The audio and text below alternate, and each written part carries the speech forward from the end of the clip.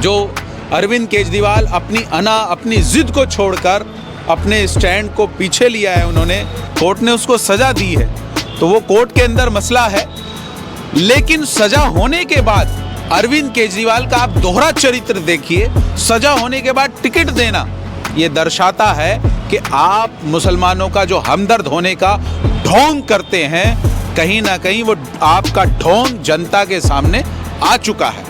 और अगर ईमानदारी से उन्होंने काम किया होता तो आज हमारे ओखला विधानसभा में 10 सालों के अंदर 10 मुद्दे जो हैं, जो इन्होंने उठाए थे और लेकर आए थे, 10 के 10 मुद्दे ये नाकाम साबित हुए हैं। एक भी हमारे इलाके में पार्क नहीं है, एक भी जच्चा बच्चा केंद्र नहीं है, हमारे घर की है। तो आप सर्वे में ये कहिए कि अमानतुल्लाह खान थे ही नहीं कहीं।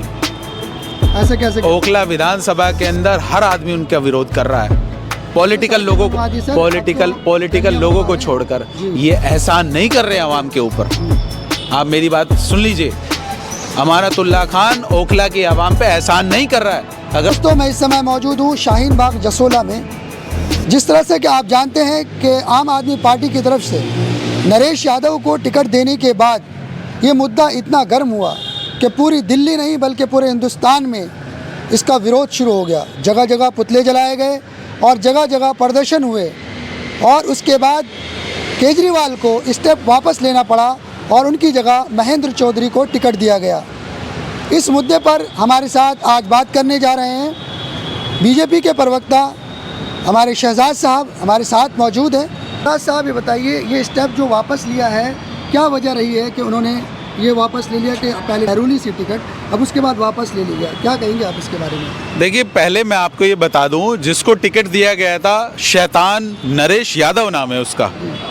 शैतान नरेश यादव ने जो कुरान की बेहुरमती की है, कुरान की बेअदबी की है, उस कुरान की, जिस कुरान को अल्लाह ने दुनिया के सारे इंसानों के लिए, सारी इंसानियत के लिए, हिदायत के लिए भेजा है, राह रास्त के लिए भेजा है, उस कुरान की उसने बेअदबी की है, उसकी बेहुरमती की है। और कोर्ट ने दोषी मानते हुए कोर्ट ने सज़ा भी दी है, 2 साल की सज़ा भी सुनाई है। उसके बाद भी मुस्लिम विरोधी केजरीवाल ने नरेश यादव शैतान को टिकट देकर,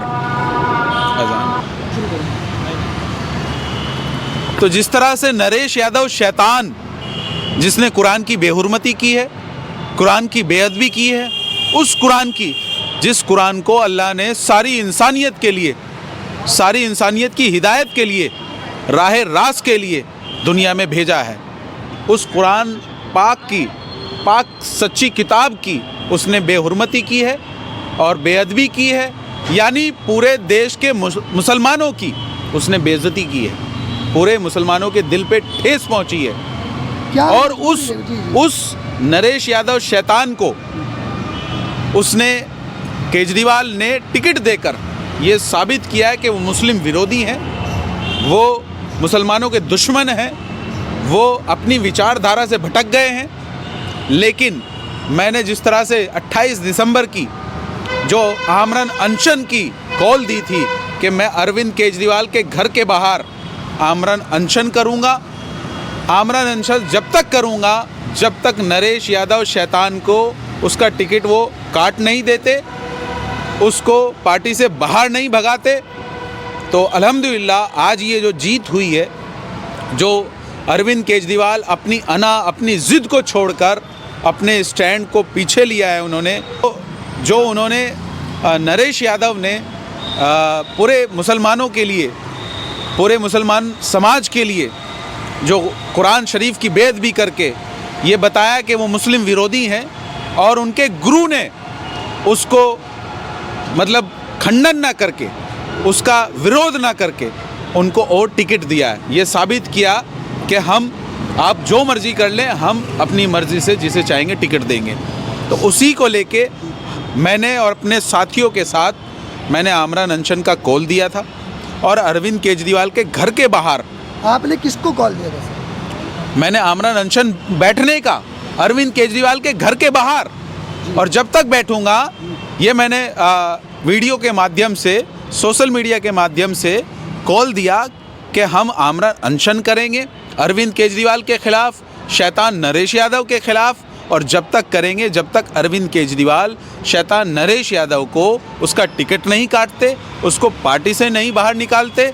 तो अल्हम्दुलिल्लाह आज अरविंद केजरीवाल झुके हैं अपनी अना के आगे, अपनी ज़िद के आगे, और उनको मजबूर होना पड़ा बढ़ते मुसलमानों के गुस्से को देखकर, मुसलमानों के विरोध को देखकर।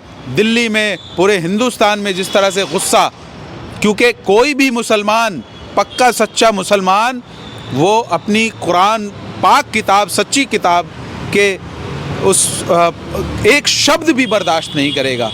अल्हम्दुलिल्लाह वो अपनी जान तो दे सकता है, लेकिन वो अपनी पाक सच्ची किताब के लिए एक शब्द भी बर्दाश्त नहीं करेगा, गलत बयानबाजी बर्दाश्त नहीं करेगा। ये नरेश यादव के लिए क्या सज़ा होनी चाहिए?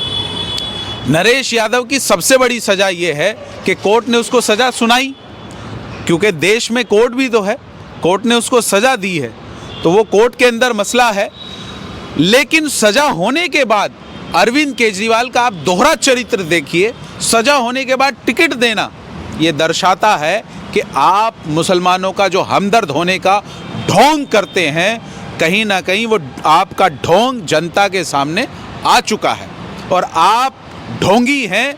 और आपने आज टिकट काट कर अपना स्टैंड वापस लेकर ये साबित कर दिया कि आप मुस्लिम विरोधी हैं। अगर आप मुस्लिम विरोधी नहीं हैं तो आप उसको टिकट ना देते, उसका वहीं खंडन करते, और इस मसले पर अरविंद केजरीवाल को माफ़ी भी मांगनी चाहिए दिल्ली के मुसलमानों से। और इसके साथ साथ मैं ये भी कहूँगा कि जिस तरह से आप उनके पार्टी के विधायक देखिए, हमारे जो अमानतुल्लाह खान ओखला विधानसभा के विधायक हैं, इस पूरे मसले पर टिकट देने से लेकर और टिकट कटने तक अमानतुल्लाह खान की आवाज़ नहीं निकली है।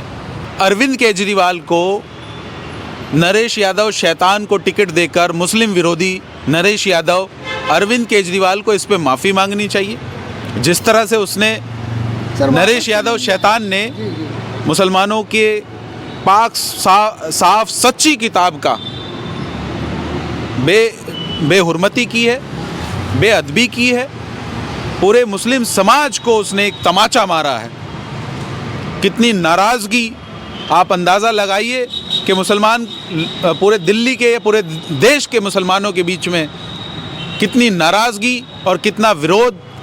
कहीं ना कहीं ये अरविंद केजरीवाल जो पीछे अपने स्टैंड से पीछे भागा है, अपने स्टैंड से पीछे हटने का कारण ये दर्शाता है कि आपने ये साबित कर दिया कि जो आपने डिसीजन लिया वो गलत है, गलत था, इसीलिए आपने वापस लिया। तो मैं ये कहना चाहता हूँ आपके माध्यम से कि ऐसे लोगों के ख़िलाफ़, जो हमारे मज़हब के ख़िलाफ़, हमारे कुरान के ख़िलाफ़, हमारे मस्जिद मदरसों के ख़िलाफ़, या हमारी धर्म से जुड़ी किसी भी चीज़ के ख़िलाफ़ जो इस तरह की बयानबाजी करते हैं और अपने आप को हीरो बनाने की कोशिश करते हैं, हमें पार्टी से आगे बढ़कर इसी तरह से ख़िलाफ़ उनके खड़े होना पड़ेगा और मजबूती से खड़ा होना पड़ेगा। और इसका बड़ा एग्ज़ाम्पल है, मैंने 28 दिसंबर का अरविंद केजरीवाल के घर के बाहर आमरण अनशन का ऐलान किया था। मैं वहाँ भूख हड़ताल करूँगा और जब तक वहाँ बैठा रहूँगा, जब तक अरविंद केजरीवाल उस शैतान नरेश यादव का टिकट नहीं काट देते। तो अल्हम्दुलिल्लाह आज उस शैतान नरेश यादव का अरविंद केजरीवाल मजबूर हो गए उसका टिकट काटने पर और अपने स्टैंड को वापस लिया, उसका टिकट काटा। लेकिन उस अब डिसीजन को लेने के लिए अरविंद केजरीवाल को माफ़ी भी मांगनी चाहिए दिल्ली और देश के मुसलमानों से कि जो मैंने किया वो गलत था और इस तरह का दोबारा कोई हरकत नहीं होगी। और इस तरह की गतिविधि कोई भी अगर करेगा, वो विधायक हो, उनका मंत्री हो या कार्यकर्ता हो, हम उसके खिलाफ इतनी मजबूती के साथ इसी तरह से आवाज़ उठाएंगे, पुरजोर विरोध करेंगे इंशाअल्लाह। उसका 2016 का मुद्दा है ये, क्या पता अरविंद केजरीवाल भूल गए हो, उनको नहीं पता हो कि नरेश यादव ने ऐसा कुछ किया हो। 4-5 साल पुराना मुद्दा है ये। नहीं, आप ये देखिए, जब कोर्ट ने उसको दोषी माना है, कोर्ट का उस पर ऑर्डर आ गया, कोर्ट ने उसको सज़ा सुनाई है, तो आप ये कैसे कह सकते हैं कि अरविंद केजरीवाल को नहीं पता होगा? जो अरविंद केजरीवाल आम आदमी पार्टी के मुखिया हैं, पूर्व मुख्यमंत्री हैं, जो बात बात पे धरना प्रदर्शन कर के नेता बने हैं, तो उनको ये कहना कि ये बात का नहीं पता, तो ये तो मैं कहूँगा ये तो बहुत बेतुकी बात है। और अगर उनको ये बात नहीं पता तो डूब मरने वाली बात है। ये मैं ये कहना चाहता हूँ कि ये नया एक ट्रेंड जैसे पूरे देश में चल रहा है, और आप देखिए किस तरह से लोगों ने कि ये एजेंडा बना लिया कि मुसलमानों के ख़िलाफ़, उनकी मस्जिदों के ख़िलाफ़, उनके मदरसों के ख़िलाफ़, उनकी कुरान के ख़िलाफ़, उनके किसी भी मसले के ख़िलाफ़ आप बोलें तो हीरो बन जाएंगे। लेकिन अब ऐसा नहीं होगा इंशाअल्लाह। मुस्लिम समाज बीजेपी में भी कर रहे हैं, ये तो बीजेपी वाले भी कर रहे हैं, हर जगह मस्जिद के नीचे मंदिर ढूंढ रहे हैं। बिल्कुल, जैसे आप देखिए, मैं संभल पे जाके बोल के आया हूँ, मैंने उसका पूरा पुरजोर विरोध किया है। जिस तरह से वहाँ वो विष्णु शंकर जैन है, जिस तरह से उन्होंने वहाँ पर किया है, वो पूरा का पूरा माजरा आपके सामने है, उसका मैंने पुरजोर विरोध किया है और नेशनल टीवी पे जाके किया है, और ये दरख्वास्त की है देश के वज़ीर आज़म से कि उसके ख़िलाफ़ सख्त से सख्त कानूनी कार्रवाई हो, मुकदमा दर्ज हो। और आज जो हमारे आरएसएस के चीफ हैं मोहन भागवत जी, उन्होंने भी इसका विरोध जताया है और कहा है कि ये गलत है, हर मस्जिद के अंदर मंदिर ढूंढना, शिवलिंग ढूंढना ये गलत है, ये देश के अंदर एक विवाद पैदा करने वाली बात है और एक नफ़रत खड़े होने की कहीं ना कहीं हम अगर इसी तरह से हम आपस में ये विवाद में हम उलझे रहेंगे इसी तरह से, तो हमारा देश आगे नहीं बढ़ेगा, हमारा देश का युवा आगे नहीं बढ़ेगा। आज उन्होंने इस बात का खंडन किया है और कहा है कि इस तरह से जो कोई भी हिंदू का नेता बनना चाहता है बड़ा, वो बिल्कुल ठीक नहीं है, और ये इस तरह की जो लोग काम को अंजाम दे रहे हैं, गलत है। सर, अब जब नरेश यादव का टिकट वापस कर दिया गया है, मतलब महेंद्र सिंह चौधरी को टिकट दिया गया है, तो क्या लगता है ये राजनीतिक फायदे के लिए किया गया है या मुसलमानों का आक्रोश देकर ऐसा किया है? क्या उनको देखिए, केजरीवाल को ये जच गया था, वो बहुत शातिर हैं, बहुत तेज़ तर्रार आदमी हैं, उन्हें ये जच गया था क्योंकि वो भी आंदोलन से निकल कर आए हैं ज़मीन से। उन्हें ये अंदाज़ा हो गया कि ये किस लेवल का मुद्दा बन चुका है, मुसलमानों के बीच में कितने बड़े लेवल पर विरोध हो रहा है, उसका गुस्सा है जो उस नरेश यादव ने किया है, गलत बयानबाजी कुरान पाक को लेकर। तो ये अरविंद केजरीवाल को जच गया था, दिखाई दे रहा था। अगर वो अपने स्टैंड को पीछे नहीं लेंगे, अपने डिसीजन को वापस नहीं लेंगे, तो उनका बहुत बड़ा नुकसान होने वाला है। और बल्कि मुझे तो ये लगता है कि उन्होंने वापस तो ज़रूर लिया है अपने पॉलिटिकल फ़ायदे के लिए, लेकिन मुसलमान इस बात का सबक उनको चुनाव चुके सर पर है, इस चुनाव में ज़रूर सिखाएगा। वोट ना देकर ये सबक सिखाएगा कि अगर आप जो आपकी विचारधारा है आप उससे भटक गए हैं। सर, एक सवाल पूछना चाहूँगा, ओखला के बारे में ही है। महमूद अहमद, आपने नाम सुना होगा, वो बहुत 12 साल से आम आदमी के कार्यकर्ता रहे और ज़मीनी स्तर पर उन्होंने काम किया था, लेकिन जब चुनाव का समय आया पार्टी ने उनको बाहर कर दिया, मतलब उनको टिकट नहीं मिला, तो उससे नाराज़ होकर उन्होंने पार्टी छोड़ दी। क्या कहेंगे आप इनके बारे में? क्या ऐसा? मेरा तो इस पे कहना है, देखिए उन्होंने जो किया वो तो उनका पर्सनल डिसीजन है, जो भी किया उसमें तो मैं क्या कहूँ, लेकिन उसका तरीका जो है, अगर वो वाकई पार्टी के ख़िलाफ़ हैं, अरविंद केजरीवाल की नीति के ख़िलाफ़ हैं, आम आदमी पार्टी की नीति के ख़िलाफ़ हैं, जो नीति लेकर आए थे ये 13-14 में गरीब कमज़ोर के लिए, आम आदमी के लिए, आज वो ख़ास आदमी के लिए बनती जा रही है, ये बकौल उनके जो उनके कार्यकर्ता हैं। तो मैं कहना चाहता हूं उनसे कि अगर वो वाकई उनके ख़िलाफ़ हैं, उनकी नीतियों के ख़िलाफ़ हैं, तो उनको ओखला विधानसभा के अंदर अरविंद केजरीवाल के ख़िलाफ़ धरना प्रदर्शन पे बैठना चाहिए। और शायद थोड़ी देर भी उन्होंने कर दी, उन्हें ये काम कम से कम 1 महीना पहले करना चाहिए था, टिकट अनाउंस होने से पहले, कि अगर आप जो आपका ज़िम्मेदार कार्यकर्ता है, जो आपका पक्का सच्चा साथी है, जो आपके बुरे दिनों का साथी है। अगर आप उसको टिकट ना देकर ख़ास आदमी को टिकट देंगे, यानी मैं ये कहूँ साफ साफ शब्दों में कि जो पैसे देगा, जो अरविंद केजरीवाल की जेब भरेगा, उसको टिकट देंगे तो हम आपका विरोध करेंगे। अभी भी मौका है, अभी भी चूँकि चुनाव दूर है, अगर वो वाकई चाहते हैं कि उनकी नीति और उनकी जो नीयत, दोनों पे सवाल है, उनकी नीति और नीयत के ख़िलाफ़ अगर वो कुछ करना चाहते हैं तो उनको ओखला विधानसभा के अंदर बैठना चाहिए अपने समर्थकों के साथ, अपने लोगों के साथ, और पुरजोर विरोध करना चाहिए।